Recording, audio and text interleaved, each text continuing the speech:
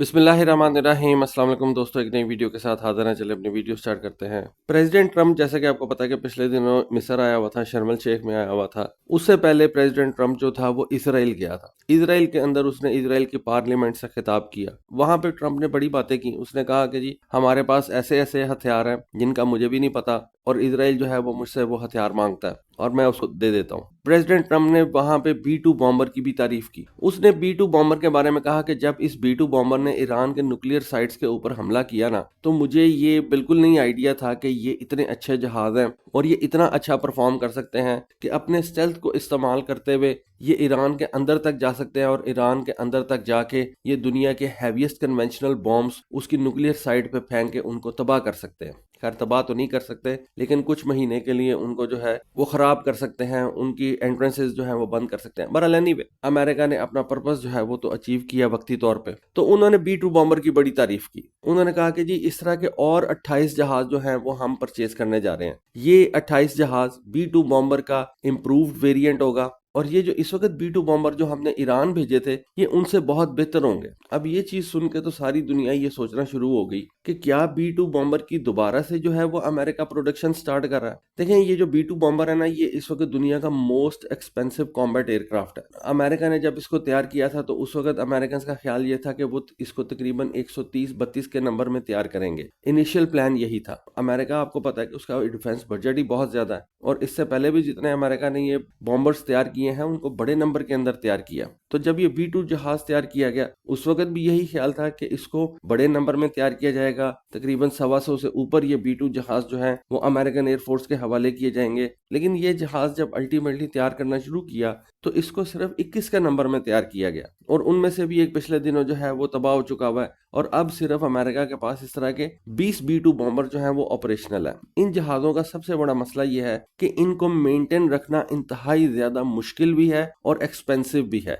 इन B-2 bombers के खास किस्म के हैंगर्स जो हैं वो तैयार किए जाते हैं। एक B-2 बॉम्बर का अगर आपने स्टेल्थ बरकरार रखना है तो आप उसको किसी भी एक आम हैंगर के अंदर नहीं खड़ा कर सकते। इनके लिए खास हैंगर तैयार किए गए हैं जहां पे ये B-2 बॉम्बर्स जो हैं वो रखे जाते हैं। इस वजह से ये दुनिया में जहां भी फ्लाई करें इनको वापस अपनी होम बेस के ऊपर ही आना पड़ता है। ये भी इसकी कॉस्ट में जो है वो काफी ज्यादा इजाफा कर देता है। तो अब अमेरिका का प्रेसिडेंट कह रहा है कि जी हम B-2 बॉम्बर के मजीद यूनिट्स जो है वो तैयार करने जा रहे हैं। वेल, मेरा ख्याल है कि वो B-2 और B-21 बॉम्बर्स को थोड़ा सा मिक्स कर रहा है, क्योंकि B-2 बॉम्बर की जो प्रोडक्शन है ना वो तो अमेरिका तकरीबन 25-30 साल पहले बंद कर चुका है। अब 25-30 साल बाद नॉर्थरॉप ग्रमन वो सारे टूल्स वगैरह इकट्ठे करेगी जिनसे ये B-2 बॉम्बर तैयार किया जाता है। वो सारे इंजीनियर्स जो हैं उनको वापस लेके आएगी और फिर दोबारा इस जहाज की प्रोडक्शन स्टार्ट करेगी। ऐसा मुश्किल लगता है। उसकी रीजन ये है कि अब तो नॉर्थरॉप ग्रमन B-21 बॉम्बर जो है उसके ऊपर काम कर रही है और उसकी टेस्टिंग वगैरह जो है वो इस वक्त चल रही है। B-21 बॉम्बर का सेकंड प्रोटोटाइप जो है वो भी अब फ्लाई करना शुरू कर दिया है, और जब सेकंड प्रोटोटाइप फ्लाई कर रहा है तो इससे आप अंदाजा लगा सकते हैं कि उसका जो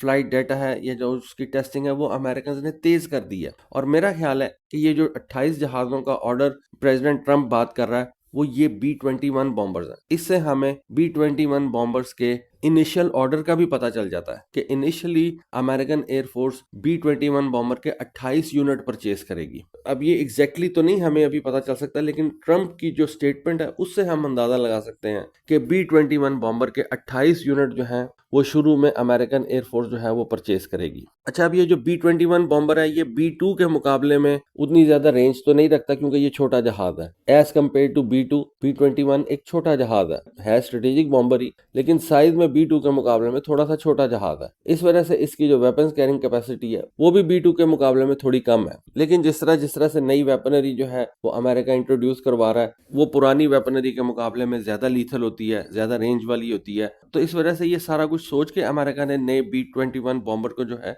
वो डिजाइन किया कि नए जो वेपन्स आएंगे उनकी रेंज भी ज्यादा होगी, साइज भी छोटा होगा, और उसके अलावा जो एयर रिफ्यूलिंग टैंकर्स हैं जो कि अमेरिका के पास ऑलरेडी बड़ी तादाद के अंदर मौजूद हैं, और अमेरिका जो है वो नए से नए एयर रिफ्यूलिंग टैंकर्स जो है वो भी प्रोक्योर कर रहा है। तो ये सारा कुछ मिल मिला के B-21 को आप कह सकते हैं कि B-2 से ज्यादा लीथल बना देगा। और जैसा कि मैंने आपको बताया कि B-2 बॉम्बर की जो प्रोडक्शन है वो तकरीबन 25-30 साल पहले खत्म हो चुकी हुई है। तो 25-30 साल के बाद 28 जहाजों को तैयार करना दोबारा से पुरानी टेक्नोलॉजी के ऊपर वो फीजेबल भी नहीं है। इस तरह तो कंपनीज जो है वो सर्वाइव ही नहीं कर सकती, वो बिजनेस केस ही नहीं बनेगा नॉर्थरॉप ग्रमन के लिए। तो ये जो 28 जहाज जिनकी प्रेसिडेंट ट्रंप ने बात की है, ये B-21 बॉम्बर जो है वो मेरा ख्याल है कह रहे हैं, और उसकी शायद रीजन ये है जो इसको वो मिक्स कर रहे हैं कि B-2 और B-21 बॉम्बर को अगर आप वैसे देखें तो आपको सिमिलर जहाज जो है वो नजर आएंगे, बहुत ज्यादा सिमिलैरिटी इन दोनों जहाजों के अंदर आपको नजर आएगी। और वैसे भी हम ये जानते हैं कि ये जो B-21 बॉम्बर है, इसके बारे में अमेरिकन कह रहे हैं कि इसको हम 2030 तक जो है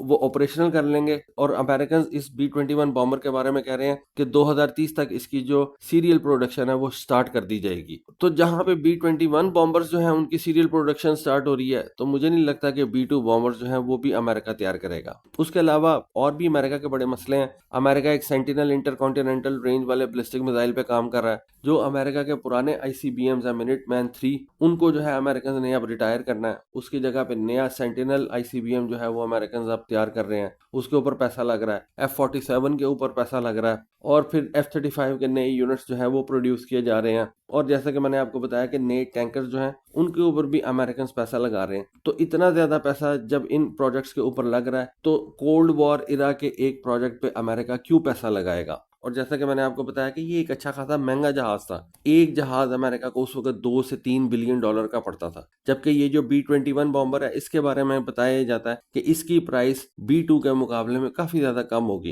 कंपैरेटिवली जो है वो कम होगी। आजकल के इन्फ्लेशन में तो हो सकता है कुछ जो फिगर आए वो तो डिफरेंट हो, लेकिन अगर आप उस वक्त के B-2 बॉम्बर से इसकी प्राइस को कंपेयर करेंगे तो मेरा ख्याल है कि वो काफी ज्यादा कम निकलेगी। और वैसे भी आप कह सकते हैं कि B-2 बॉम्बर के तो अब रिटायरमेंट का वक्त आ रहा है, इसको नए जहाज प्रोड्यूस करने का तो कोई जो है वो सवाल पैदा नहीं होता। लेकिन अमेरिका इस जहाज को भी रिटायर बिल्कुल नहीं कर रहा। जब B-21 बॉम्बर जो है वो प्रॉपर तैयार हो जाएंगे, ऑपरेशनल हो जाएंगे, फिर अमेरिका सोचेगा। लेकिन अभी तो अमेरिका इसके ऊपर नए से नए वेपन जो है वो इंटीग्रेट कर रहा है। इसके ऊपर उन्होंने अभी रिसेंटली ये जैसम क्रूज मिसाइल जो है वो इंटीग्रेट किया है। उसके अलावा एक नए किस्म का न्यूक्लियर वेपन जो है जिसकी अच्छी खासी हाई यील्ड है, वो इस B-2 बॉम्बर के ऊपर उन्होंने जो है वो इंटीग्रेट किया है। तो अभी अमेरिका को इन B-2 बॉम्बर्स की जरूरत है। अभी B-2 बॉम्बर्स ना तो कहीं जा रहे हैं, और ना ही मेरा ख्याल है कि इनका नया नंबर जो है वो तैयार किया जा रहा है। नया नंबर डेफिनेटली B-21 बॉम्बर्स का तैयार किया जाएगा, और चूंकि उनकी जो लुक है वो सेम है, तो इस वजह से अमेरिकन प्रेसिडेंट जो है